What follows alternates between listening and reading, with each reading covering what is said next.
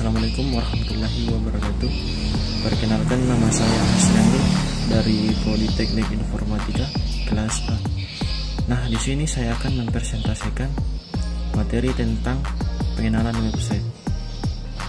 Adapun pokok materi pengenalan website yang akan kita bahas, yang pertama pengertian website, kedua sejarah website, ketiga generasi website, keempat jenis website, dan yang terakhir unsur-unsur website. Pengertian website. Website adalah kumpulan halaman yang berisi informasi tertentu dan dapat diakses dengan mudah oleh siapapun, kapanpun, dan dimanapun melalui internet. Website terdiri dari beberapa halaman web yang saling terkait, biasanya memuat konten seperti teks, video, gambar, audio, dan lain-lain sebagainya. Adapun umumnya, website memiliki satu halaman utama yang disebut homepage. Homepage adalah halaman beranda yang akan terbuka pertama kali. Nah, ini adalah tampilan website sebagai berikut.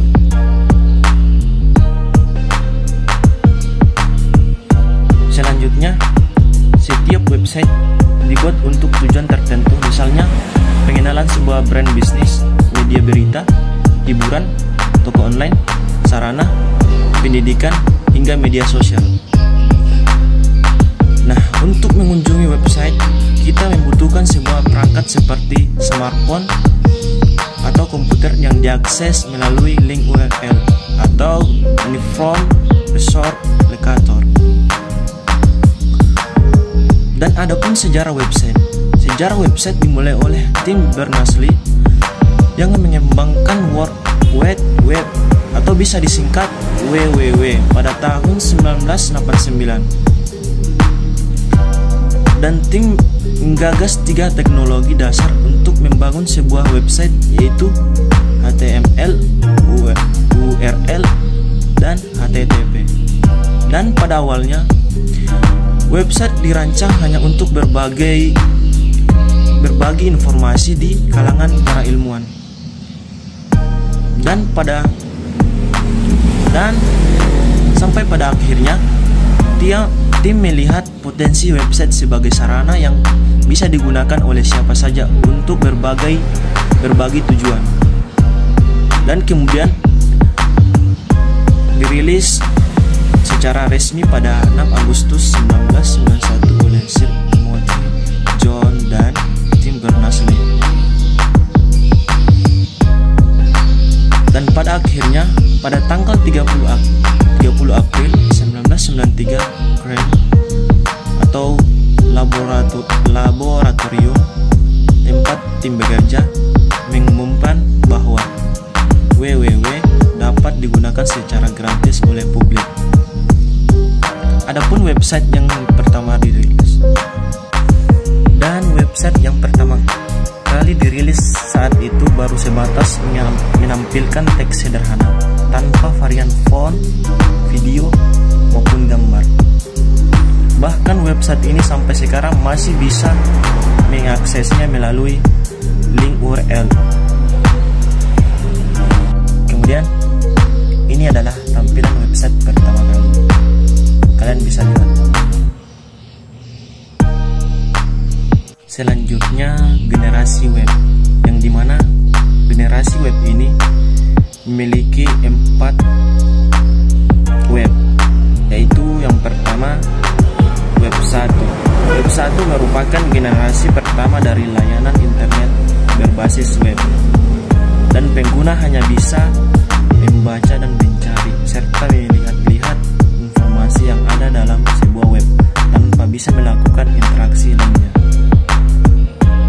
Dan bisa dikatakan pada saat itu, tipe web 1 hanya menggunakan komunikasi satu arah, sehingga pada saat itu web tipe ini seolah-olah berperan sebagai papan pengumuman yang dihadirkan secara digital. Kemudian web 2. Web 2 merupakan generasi lanjutan dari Web 1 yang dikenal dengan istilah web sosial. Web 2 mengacu pada situs web yang menekankan konten yang dibuat untuk kemudahan penggunaannya, dan pertama kali diciptakan oleh Jerzy DiNucci pada tahun 1999. Dan Web 2 memungkinkan pengguna untuk berinteraksi dan berkolaborasi satu sama lain melalui dialog media sosial dalam komunikasi virtual. Kemudian Web 3. Web 3 pertama kali diperkenalkan pada tahun 2001 ketika tim menulis sebuah artikel ilmiah yang menggambarkan Web 3 sebagai sebuah sarana bagi mesin untuk membaca banyak data di halaman-halaman web. Dan Web 3 menawarkan metode yang efisien dalam membantu komputer mengorganisasi dan menarik kesimpulan dari data online. Web 3 juga memungkinkan fitur web menjadi sebuah sarana penyimpanan data dengan kapasitas yang besar. Dan kemudian web yang terakhir yaitu web yang keempat. Web 4 sebuah teknologi di mana aplikasi dapat merekam rutinitas yang kita lakukan secara online. Dan Web 4 dapat dipahami sebagai perkembangan teknologi website yang mengarah pada otomasi dan pertukaran data dengan cepat, dan bisa melakukan komputasi kognitif atau upaya untuk membuat komputer meniru cara kerja otak manusia seperti AI. Selanjutnya, jenis website. Situs web biasanya ditempatkan pada sebuah server yang dapat diakses melalui internet. Dan sebuah situs web pada umumnya dapat diakses oleh semua orang yang terhubung pada jaringan internet. Secara garis besar, website dikelompokkan menjadi dua jenis, yaitu website dinamis dan website statis. Website statis adalah halaman yang berisi serangkaian file HTML. Kode HTML itulah yang membangun halaman web statis. Setiap halaman juga memiliki file HTML yang terpisah, dan website tersebut dikatakan statis karena kurang fleksibel untuk dilakukan perubahan, karena jika ingin diubah harus merubahnya lewat script halaman HTML.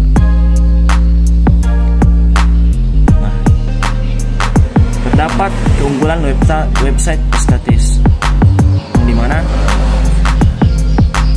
pertama, tidak harus memiliki keahlian programan dalam membangun website statis.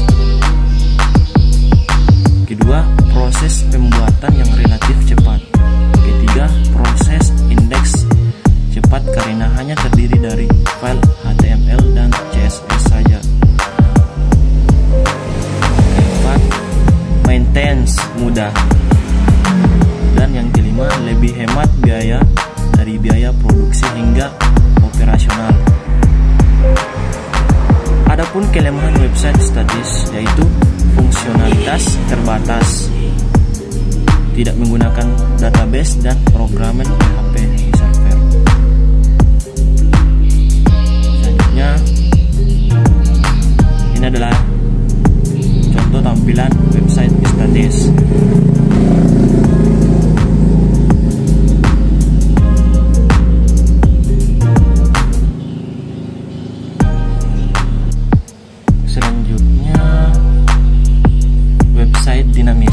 Website dinamis ini merupakan website yang kontennya biasanya bersifat dinamis atau bisa berubah-ubah setiap harinya. Pada website ini biasanya sudah ditanamkan program dengan menggunakan bahasa programan tertentu agar website bisa berinteraksi dengan pengunjung. Nah, seperti adanya kolom tanya jawab pada website, adanya form untuk registrasi, adanya fitur untuk chat langsung atau live chat, dan fitur-fitur lainnya. Dan adapun keunggulan website dinamis, memungkinkan pengguna untuk selalu memperbarui baik itu konten ataupun informasi lainnya, dan dapat menggunakan CMS atau Content Management System, sehingga akan lebih mudah karena dibantu tools dan CMS untuk membuat sebuah website. Dan pengunjung dapat berinteraksi langsung dengan web tersebut. Kemudian, website dinamis ini juga memiliki kekurangan, yaitu membutuhkan biaya dan waktu yang cukup banyak pada awal pembuatan, membutuhkan hosting yang cukup besar untuk membentuk penyimpanan file web, karena menggunakan berbagai teknologi, plugin, dan isi konten yang semakin banyak menyebabkan pemuatan atau kecepatan website lambat. Nah, ini adalah contoh website dinamis ini. Adapun contoh dari website dinamis ini yaitu website media sosial, website toko online, website berita, website organisasi, dan website lainnya. Selanjutnya, unsur-unsur website, yang dimana memiliki 6 unsur-unsur website, yaitu yang pertama, domain. Nama domain itu atau URL merupakan alamat khusus yang kita gunakan untuk mengakses website. Biasanya diakhiri ekstensi seperti .com atau .net, org, dan status seterusnya. Kedua, hosting. Hosting adalah ruang penyimpanan yang menyimpan file dan data website kita secara online agar bisa diakses melalui internet. Ketiga, platform. Tool yang kita gunakan untuk membuat website bisa dengan coding HTML, PHP, database, atau CMS seperti WordPress, Joomla. Keempat, konten. Konten merupakan isi dari website itu sendiri, bisa merupakan tulisan, gambar, atau video untuk menyampaikan informasi. Kelima, tampilan. Jika tampilan desain website menarik, maka pengunjung pun akan betah berlama-lama di website Anda. Yang keenam, Search Engine Optimization atau bisa disingkat SEO adalah langkah optimasi yang membuat website muncul di hasil pencarian Google sehingga mendapatkan banyak traffic. Selanjutnya, client side dan server side web programmer. Client side scripting merupakan salah satu jenis bahasa programan web yang proses pengolahannya dilakukan di sisi klien. Proses penerjemahan atau pengolahannya dilakukan oleh web browser sebagai kliennya. Nah, di samping terdapat contoh dari client side scripting ini antara lain, yaitu yang pertama HTML, kedua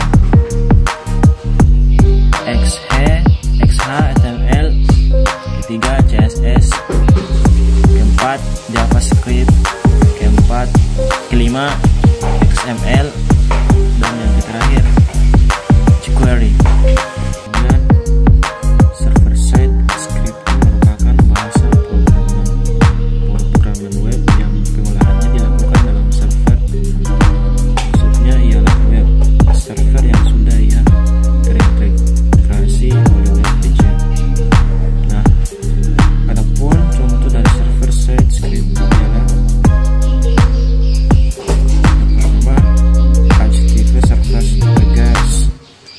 bisa disingkat ASP. Kedua, PHP bisa disingkat atau Hypertext Boxer. Ketiga, Java Service Package bisa disingkat JSP. Baik, itulah presentasi dari saya.